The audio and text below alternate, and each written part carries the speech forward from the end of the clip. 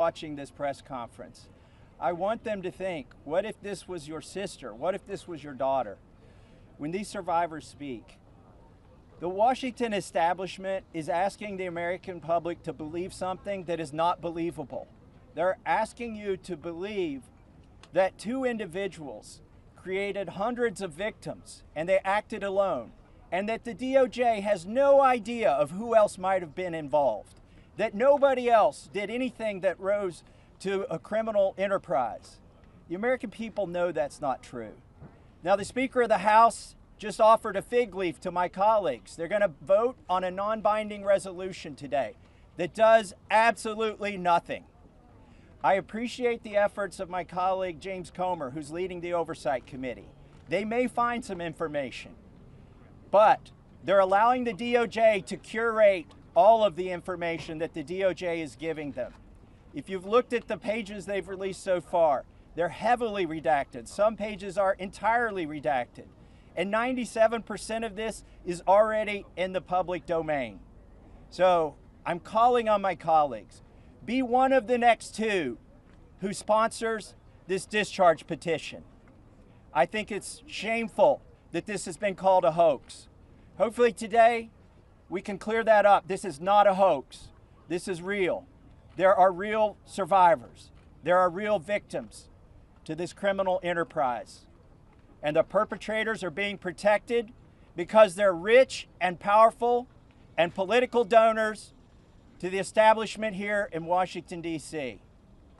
So today we're standing with these survivors and we're giving them a voice, and I want to close by thanking them. They are brave. I hope they encourage other survivors to come forward and to tell their stories, not just of Giuffre Epstein and Maxwell, but anywhere in the country. This is a message that we are sending. This is a litmus test. Can we drain the swamp? Are there people who are outside of the reach of the law? I don't think there should be. So hopefully today we'll get 2 more signatures on the discharge petition. That's all we need. And with that, I want to introduce the bravest woman in Congress, Marjorie Taylor Greene. I find it interesting that the 3 Republican co-sponsors are women. These are women standing up for women. And Marjorie was the first to do it. And I think she deserves all of our gratitude for breaking that barrier and leading the way for the other Republicans. Hopefully they can find their spines as well. And with that, I give you Marjorie Taylor Greene. Yes. Good morning. This is my 5th year in Congress, and this is the largest press conference that I've seen since I've been here. And this is because this is an issue that matters so much to Americans. This is an issue that doesn't have political boundaries. It's an issue that Republicans and Democrats should never fight about. As a matter of fact, it's such an important issue that it should bring us all together. It's grieved me to watch the arguments and debates take place among my colleagues and even the administration. I think this is something that was worth fighting for. You see, the women behind me are going to tell you stories that you've never heard before. These are unimaginable horrors that they've lived with for their entire lives since they were very, very young. But these are also similar stories that many children, teenagers, women, and even men are enduring nightmares right now as we speak. You see, these women have been fighting since the 1990s. I heard one woman tell us yesterday since 1996. And they have carried with them shame. But I want to tell you something. The shame does not fall on these brave, courageous women. The shame falls on every single person that coldly turned a blind eye to their abuse. The shame falls on every single person that enabled it. The shame falls on every single person that took money to continue it. And the shame falls on the people in power over the past several decades that protected the monster, Giuffre Epstein, and his cabal that continued a nightmare. Those people deserve the shame. And today we are coming forward and we are going to fight like hell for these women, because we have to fight like hell for those that are enduring sexual abuse and are living in a prison of shame. Anyone that is being abused, it is not your fault. You should live with no guilt or fear or shame. All of the fault belongs to the evil people that do these things to the innocent. This is the most important fight we can wage here in Congress, is fighting for innocent people that never receive justice. And the women behind me have never received justice. And do you want to know why? It's because Giuffre Epstein somehow was able to walk among the most rich, powerful people, not only in America, but foreign countries.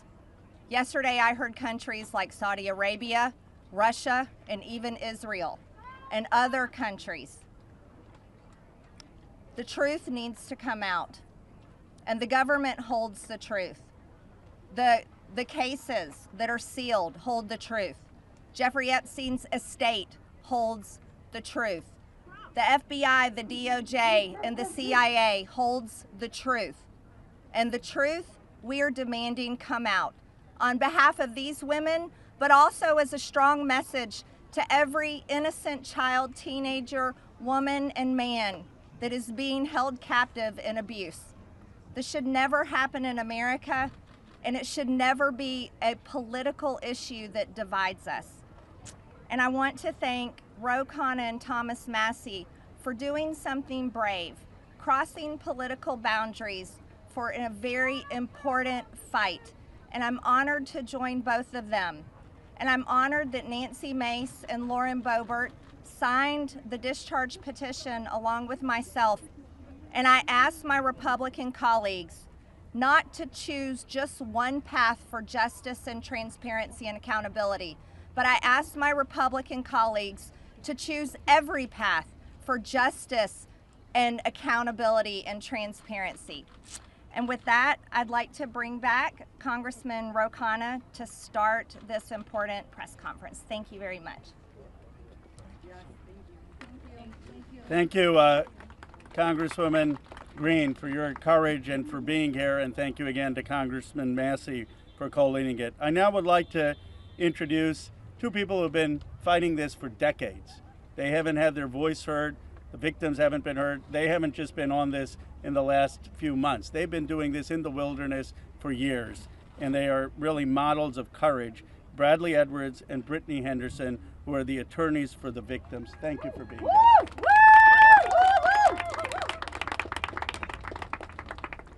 Thank you, Ro and Khanna Massie. I really appreciate you putting forth this discharge petition. It's tough to understand that we have to be here because this doesn't seem like a partisan issue. This is an issue, sex trafficking and sexual abuse transcends politics. We as Americans expect equal protection under the law, and there can be no doubt that Giuffre Epstein received far greater protection than any of the victims that he abused for years.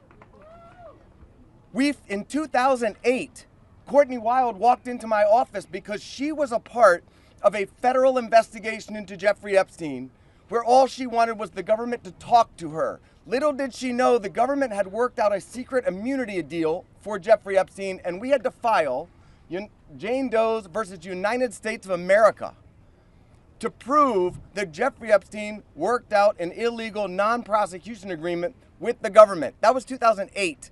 It took us 10 years battling the government pro bono for the judge to ultimately determine that the victims' rights were violated. The government has mistreated them after Giuffre Epstein mistreated them. We then filed civil lawsuits against Ghislaine Maxwell, which has resulted in her being in prison. Our civil lawsuits led to her prosecution. We filed lawsuits against Giuffre Epstein, against his estate, and against two financial institutions, JP Morgan and Deutsche Bank, that proved that they knowingly provided the financial infrastructure for a sex trafficking operation. Unfortunately, all of the documents and evidence that we have worked so hard to gather hide behind protective orders, confidentiality agreements, and bank secrecy laws. That is why this discharge petition is so important. While we have seen the documents, you haven't. And when you see the documents, you're going to be appalled. And the American people deserve to see everything. When you sign this discharge petition, it should mean nothing is off limits. That means the documents in the possession of the CIA should be made available. Those in the possession of the FBI going back decades should be made available. The SEC, financial records in the possession of FinCEN should be made available. Everybody knows that evil flourishes in the darkness. Corruption flourishes in secrecy. It is time right now to make a difference for the women that are behind me right now. They have been courageous and fought through this whole thing. Whether you're a Republican or you're a Democrat, this one is an easy call. You're an American who cares about equal rights and equal protection under the law. If you care about these women, if you care about our country, and you care about this issue, this should pass with flying colors. I really appreciate everybody being here.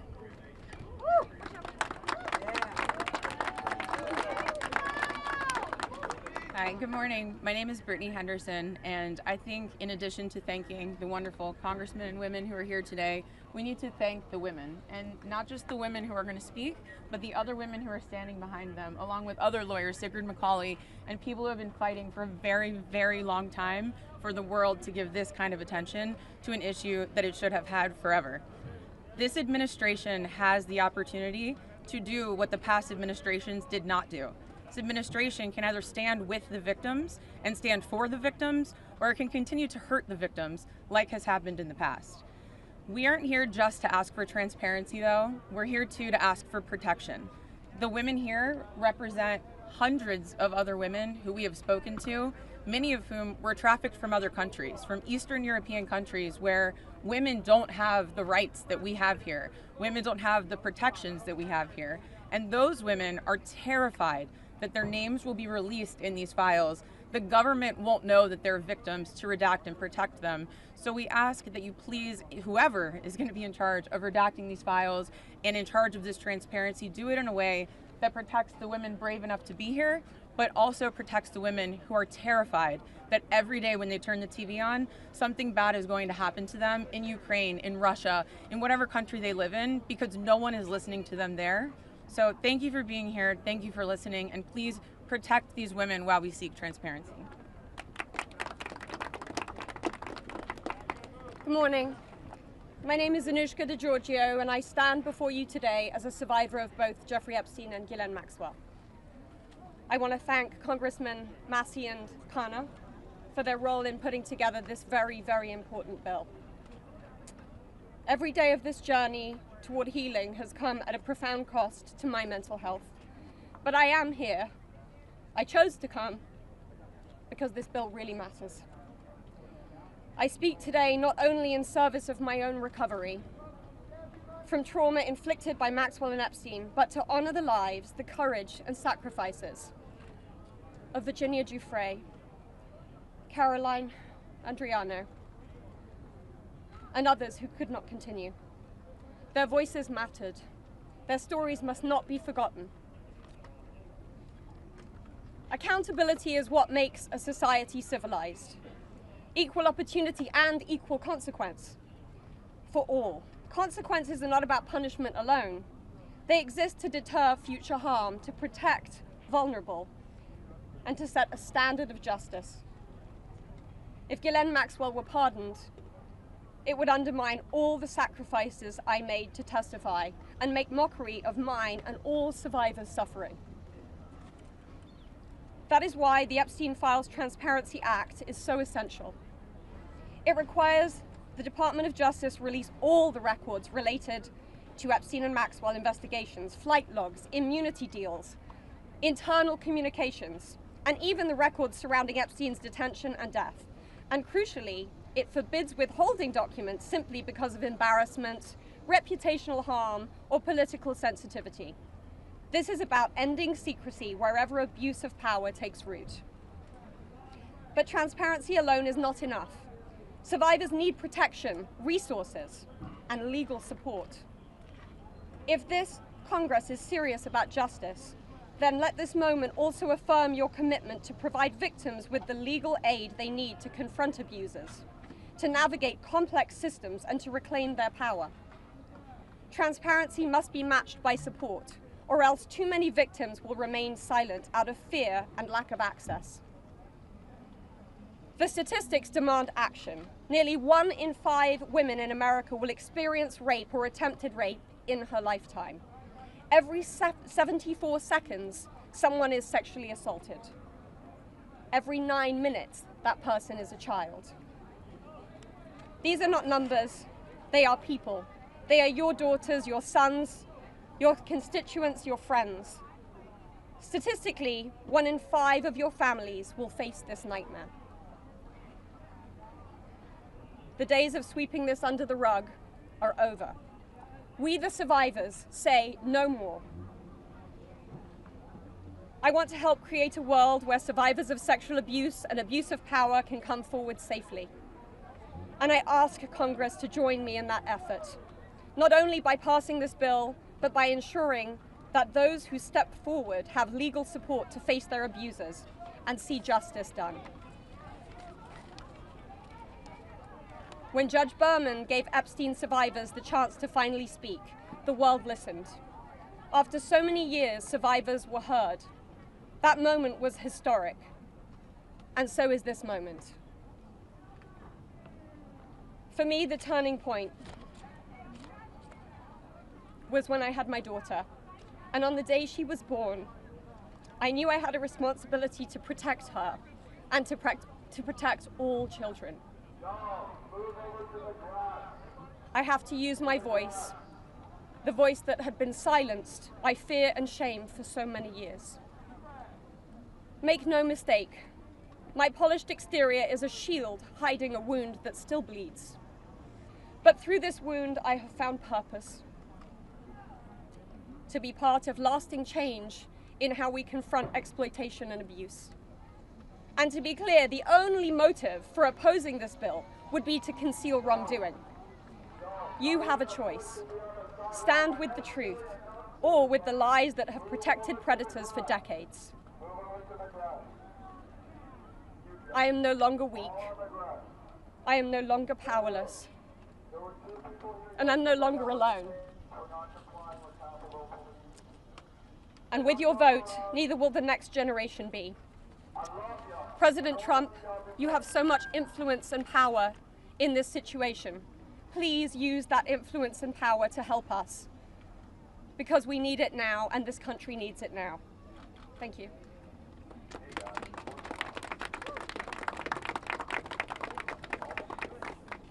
Hello. My name is Annie Farmer, and I was 16 years old when I was flown to New Mexico to spend a weekend with Epstein and Maxwell.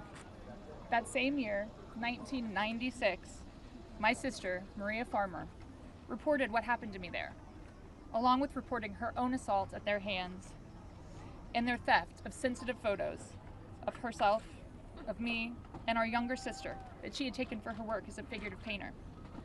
I am now 46 years old. 30 years later, we still do not know why that report wasn't properly investigated, or why Epstein and his associates were allowed to harm hundreds, if not thousands, of other girls and young women. We have never been told whether those images were found when they discovered a large amount of child sexual abuse material on his property. As a psychologist, I understand that when the systems meant to protect us recreate the abuse cycle, the betrayal that occurs can be just as damaging as the original trauma. This happens when survivors of these crimes are not believed, when our well-being is not weighed as heavily as those who have more resources or more privilege, and when perpetrators of these crimes are given a platform rather than the survivors of them. For so many years, it felt like Epstein's criminal behavior was an open secret. Not only did many others participate in the abuse, it is clear that many were aware of his interest in girls and very young women and chose to look the other way because it benefited them to do so. They wanted access to his circle and his money. Their choice to align with his power left those of us who had been harmed by this man and his associates feeling very isolated. I could never have imagined being here today and this chorus of support that we have all received. I have been sent so many notes and messages from people with no direct connection to this case who've expressed their solidarity with us. And I believe that is because, in part, as Anushka explained so well, this is an extremely widespread issue of child sexual abuse, of sexual exploitation, of sexual violence. This affects almost every family in some way. From my conversations with women in these last few days, and from all of the support that we've received, it's very clear to me that we are not going away, we are not going to be quiet, and we are not going to give up. And I ask the American public to stand with us and not give up. At a time with record high levels of distrust in our institutions and a perception that there are two Americas, one for those with power and privilege and one for everyone else, passing this Epstein Transparency Bill is one important step that can be taken to prove to Americans that the government does not side with sexual perpetrators. A thorough public review of this information is an important step in preventing the type of systemic failures that have occurred in this case and harmed all of us. An important step towards healing for those involved. Thank you.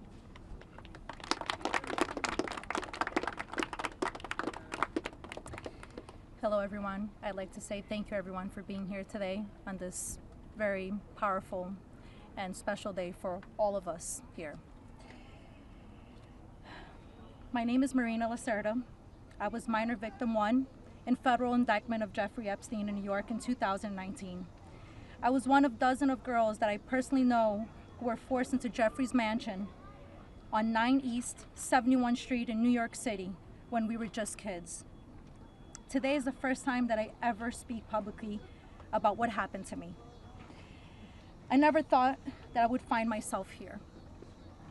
The only reason that I am here is because it feels like the people who matter in this country finally care about what we have to say. As an immigrant from Brazil, I feel empowered knowing that the little girl struggling to get by at 14 and 15 years old finally has a voice. For the first time, I feel like I matter as an American. I was only 14 years old when I met Giuffre. It was the summer of high school. I was working 3 jobs to try to support my mom and my sister when a friend of mine in the neighborhood told me that I could make $300 to give an older guy a massage. It went from a dream job to the worst nightmare. Giuffre assistant Leslie Groff would call me and tell me that I needed to be at the house so often that I ended up dropping out of high school before 9th grade. And I never went back. From 14 to 17 years old, I went and worked for Giuffre instead of receiving an education. Every day I hoped that he would offer me a real job as one of his assistants or something important. I would finally have made it big, as like we say, the American dream. That day never came. I had no way out. I was, until he finally told me that I was too old. There are many pieces of my story that I can't remember, no matter how hard I try. The constant state of wonder causes me so much fear and so much confusion. My therapist says that my brain is just trying to protect itself, but it's so hard to begin to heal knowing that there are people out there who know more about my abuse than I do. The worst part is that the government is still in possession right now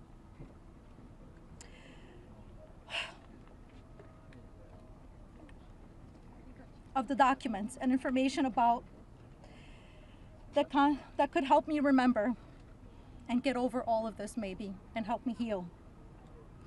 They have documents with my name on them that were confiscated from Giuffre Epstein's house and could help me put the pieces of my own life back together. But I don't have any of it. And I know the same is true for many of these women.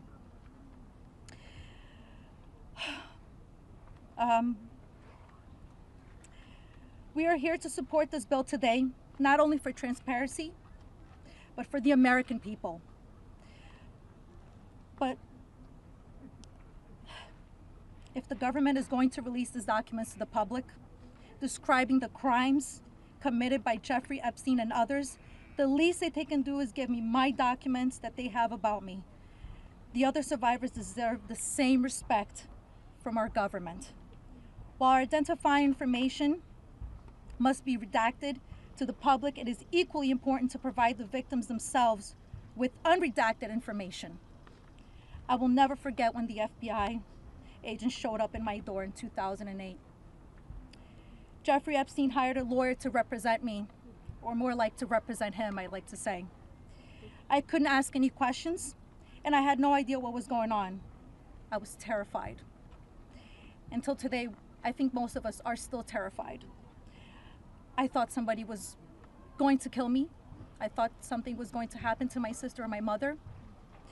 It went further out to even maybe thinking something would happen in Brazil with my family. And then one day, the lawyer said that everything was just gonna go away. Like nothing happened. I didn't need to testify. When I asked him why, he gave no explanation. That was it. So why? Why was I never called to testify then? We could have saved so many women. We could have saved so many lives from being abused. Why did he get away with it in 2008? Why was he able to go on in the abuse with hundreds of girls after the Florida investigation? Why didn't they let me testify to help stop him? Our government could have saved so many women, but Jeffrey Epstein was too important and those women didn't matter. Why? Well, we matter now. We are here today and we are speaking and we are not going to stop speaking. Today, I stand here with the women who have really helped me to find the strength to come out and come forward to share my story for the very first time. Together, we are stronger than ever. While she may not be with us, Virginia Roberts, we will continue to use our voices to strengthen yours always. Thank you.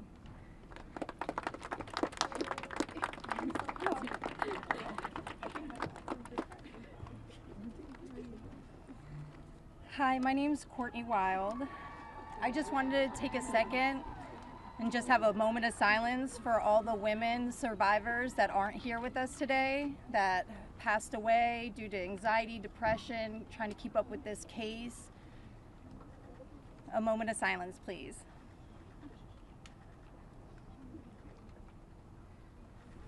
Thank you.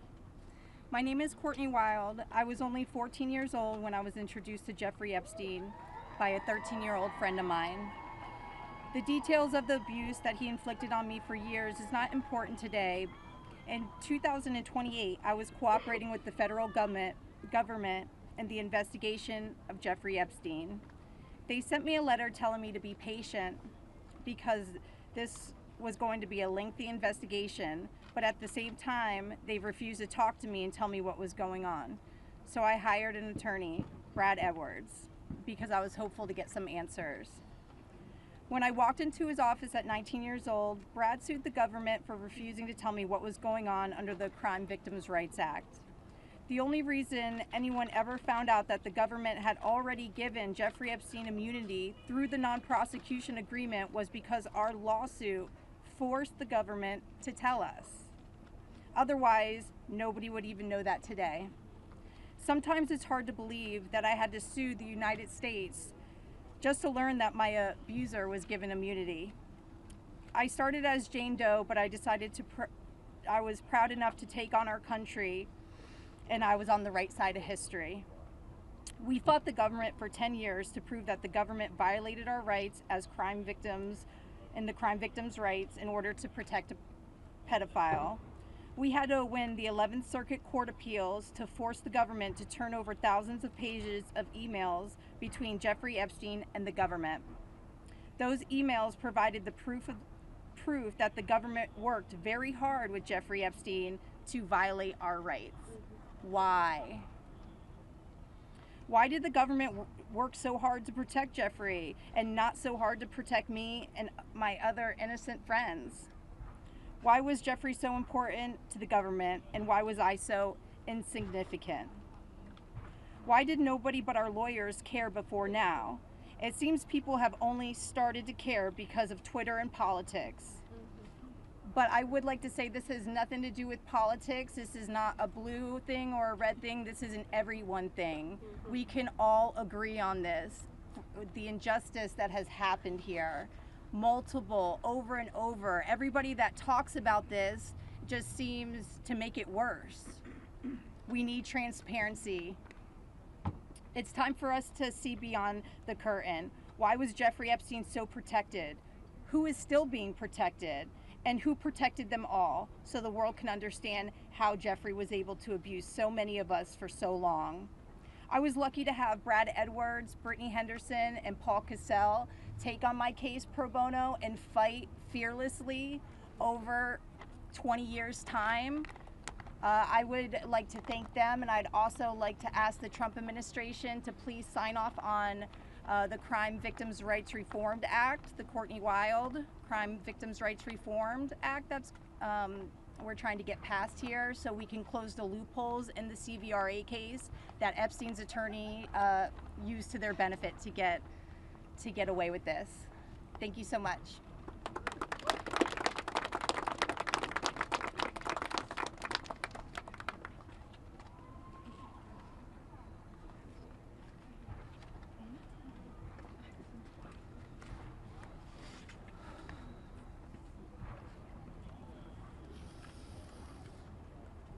Good morning. First and foremost, we want to extend our deepest gratitude to Brad and Brittany Edwards, Congressman Massie and Khanna, and above all, the brave survivors who have entrusted us with the privilege of speaking today on behalf of Virginia. Robert Giuffre, as her family. We are here today because we support H.Res.581, the Epstein Files Transparency Act, in its entirety. But as much as this bill is about shining a light on truth, it's not just about the bill. This is about justice. This is about survivors. This is about justice against the rich and powerful who have stolen something from these women and many children at the time, their freedom. The freedom to live their life without mental and physical scars that have been inflicted upon them by those who thought they were untouchable. The same freedom that these monsters took from these survivors, they should never be afforded. They should never be allowed to continue their lives with impunity. Let's be clear, this is not a political issue. This is not about left or right. This is about humanity. This is about doing what's right. And this is about ensuring that the future we leave behind isn't one where the powerful can hide behind their wealth, their influence, and their money to evade justice. Our plea to you, whether you're a dad, a mom, a brother, or a sister, look your young ones in the face, look them in the eye, and tell them you didn't stand against the very people who raped, molested, and preyed upon children and young women. Tell them you were willing to negotiate a deal. Money should never be what makes something right or wrong. If you vote no, your stance will be clear. You will be choosing to stand on the side of the rich and powerful, allowing money to buy your way out of the consequence. But here's my one ask. Look these survivors in the eye and tell them why. Then, look the people of the United States in the eye and tell them why. And then, when you're alone, look yourself in the mirror and ask yourself why. Virginia said it best, and I quote, "I have physical and mental scars that will never heal. I have memories that will never go away. They say time can heal, but this won't. Not until the justice system makes an example out of these people with so-called privileges. I just call it money. The only time I can begin to heal is when their freedom is taken from them, just like they did to me and literally thousands of other victims. The survivors of this horrific abuse are watching. The American people are watching. And history is watching. Which side will you be on?" Thank you.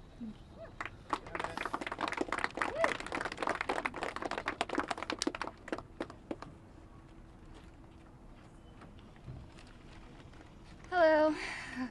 My name is Jenna-Lisa Jones, and I was only 14 years old when my friend brought me over to Jeffrey Epstein's house in Palm Beach in 2003. I had a terrible home life, but I was such an innocent kid then. I always did my best in school, and I had such a positive outlook on life. Until that day that I met Giuffre, I have never been more scared in my life than I was that first time that he hurt me. I remember crying the entire way home, thinking about how I couldn't ever tell anyone about what actually happened in that house. This guy was so rich and had so many pictures with so many famous people, and no one would have ever believed me if I told them. I want to thank Congressman Rowe and Congressman Khanna Massie for having me here today. It was really hard for me to find my voice and to become strong enough to speak about my abuse. I didn't come forward until 2019, and even then it was like I was afraid of a ghost. I know that I was just a little kid, but sometimes I still feel like it is my fault that this happened. Being given the opportunity to speak at the United States Capitol building about something that is so important, not just to me and the women before you, but to the entire country. Together, we can finally make a change. And that is thanks to the people like these two congressmen and their teams who actually care about the victims. If you are a member of Congress and you are listening to all of us speak here today, please really listen to us. Please vote for this bill to be passed. Please recognize how important it is for transparency relating to Jeffrey Epstein. Whether you are a Democrat or a Republican, this does not matter.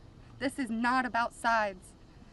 You are an American, and you are a person who has chosen to serve in an elected position to stand up for those you represent who cannot always stand up for themselves. We are those people. We are the Americans that you promised to protect, and we need your help.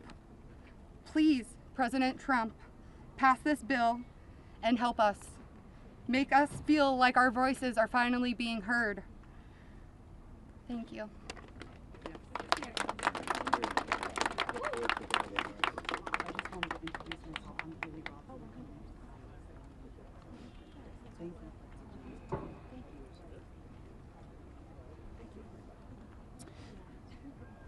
Good afternoon. My name is Haley Robson. I was a 16-year-old high school student athlete who made good grades and had high aspirations for college when I was recruited and asked by a classmate of mine alongside with a 20-year-old male if I wanted to give an old rich guy a massage. But what high school girl would not want to do that? That day changed my life forever. And when I got into the massage room, Jeffrey Epstein undressed and asked me to do things to him. My eyes welled up with tears, and I have never been more scared in my life. When it was over, he paid me $200 and requested in exchange that I bring a girl each time to make another $200. I told him I did not want to do that, and then he gave me an ultimatum. Either you come here and massage me when I call you, or you bring me friends of yours to massage, and I will give you $200 per girl for each time she comes. I felt and hoped to never hear from him again, but he called me every day. He was so wealthy and powerful, and he would not let me go. I felt I had no choice. If I disobeyed him, I knew something bad would happen. So knowing I did not want to be sexually abused, I started to bring him other girls from my high school, and he paid me $200 for bringing them. I just hoped each time it would be the last time. One day, the stepmom of one of the girls brought him and called the police on Jeffrey Epstein. The police then called me in for questioning. I had told them the truth despite the fact that I was a teenager and a minor, and I was able to tell the police the names of all the other victims. The police treated me like a criminal. I had, by this time, had turned 18. I had been with Jeffrey since I was 16 and for 2 years. So they had told me So they told me I was going to be arrested. My name was then distributed to the press as a co-conspirator of my abuser, who I detested. My entire world was crashing in around me, and I started being threatened and bullied, till this day still receiving death threats. I was singled out and for many years had to suffer a smear campaign of lies about me because of the way that I was portrayed by the press. The press made me out to be a predator when I was just a 16-year-old little girl who was sexually abused by a powerful man and an evil man. For years, I had no friends. My boyfriend was murdered, and there was nowhere to turn. The government, after investigating more, learned that I was true a victim, but the damage was done and it was too late. There was no way to undo the harm the press had caused me. In 2019, I met Brad Edwards and Brittany Henderson. They changed my life and they believed in me and have helped me to finally heal. Healing is a process, and I may never get there. But the passage of this bill requiring the government to produce all the evidence that it has gathered on Giuffre Epstein and Ghislaine Maxwell is a huge component of healing for me and for the many other women who have suffered for so long. For many reasons. First, we and the rest of the world need answers. Why was he so protected? And why didn't anyone ever care to stop him? It doesn't take a brain surgeon to know that if he is spending thousands of dollars a day paying high school girls he abuses and had a lot of access to cash. I learned through my attorneys in the JP Morgan class action case that there were years when his staff withdrew over $1 million in cash a year. Was that not a big enough red flag? There were wire transfers to other victims, and the government did not protect us. The banks did not protect us. So lift the curtain on these files and be transparent. Every single time a new conspiracy gets circulated in the media, whether he is still alive, what powerful person had him murdered, who was on the Epstein client list, and there are names going around on TikTok and Instagram, we, the survivors, are suffering severely. We take our kids to school and everyone is talking about it. We can't read the news or do anything without hearing crazy stories that are only able to live on because the government continues to hide the evidence and the truth. So people just make up stories. Those stories hurt. They hurt real people who have already been hurt. And we have lost so many Epstein victims to suicide, and maintaining the real truth and secrecy only allows for conspiracy theorists to tell lies that drives up our anxiety and fears and will continue to lead to more pain, more suffering, and honestly, more deaths of innocent victims. It's time you do what's right by us. Unseal all the documents. We are requesting transparency, and I am requesting every congressman and woman that goes against this bill be outed. I want to know. Thank you.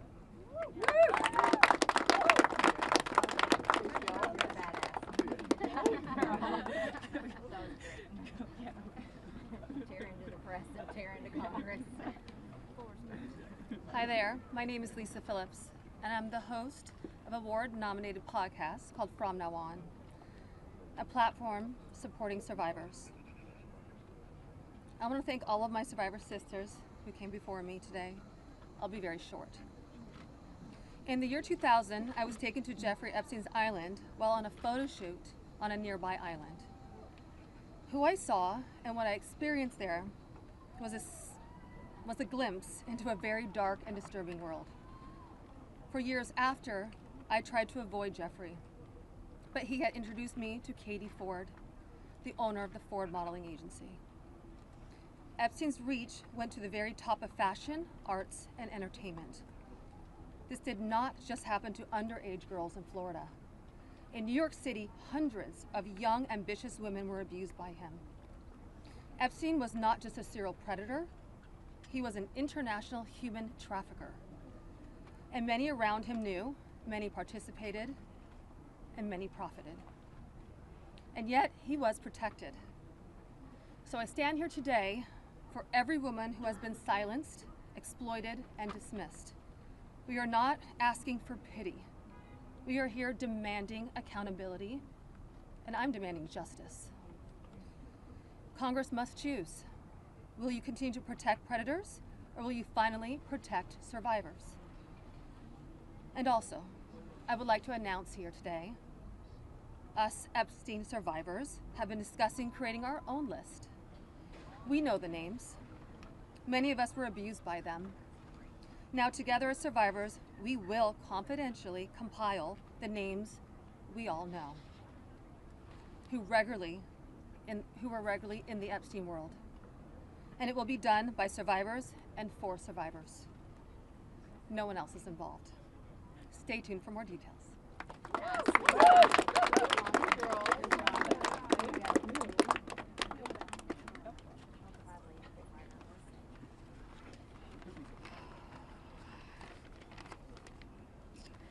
Hello, my name is Shantae Davies, and I'm here before you today as a survivor of decades of pain, trauma, and betrayal at the hands of Ghislaine Maxwell and Giuffre Epstein, and the people who enabled them, and a government that for far too long refused to help.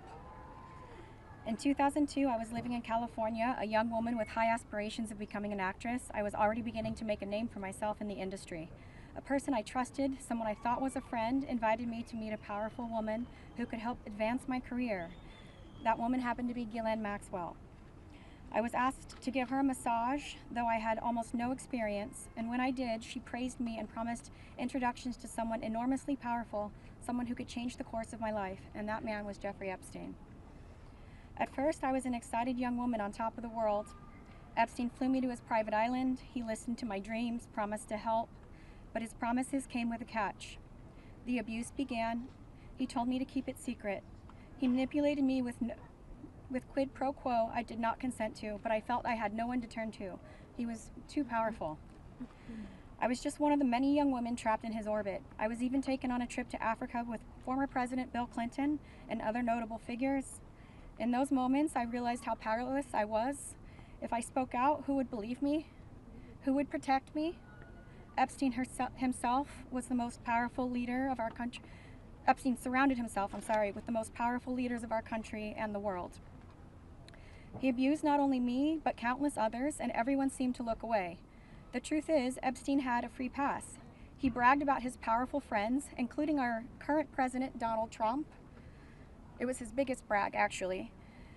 And while what I endured will haunt me forever, I live every day with PTSD. I live as a mother trying to raise my child while distrusting a world that has betrayed me. This kind of trauma never leaves you. It breaks families apart. It shapes the way we see everyone around us. But one thing is certain, unless we learn from this history, monsters like Epstein will rise again. There are files, government files, that hold the truth about Epstein, who he knew, who owed him, who protected him, and why he was allowed to operate for so long without consequence. Why was Maxwell the only one held accountable when so many others played a role? Why does the government hide this information from the public? This secrecy is not protection, it's complicity. And as long as the truth is buried, justice will remain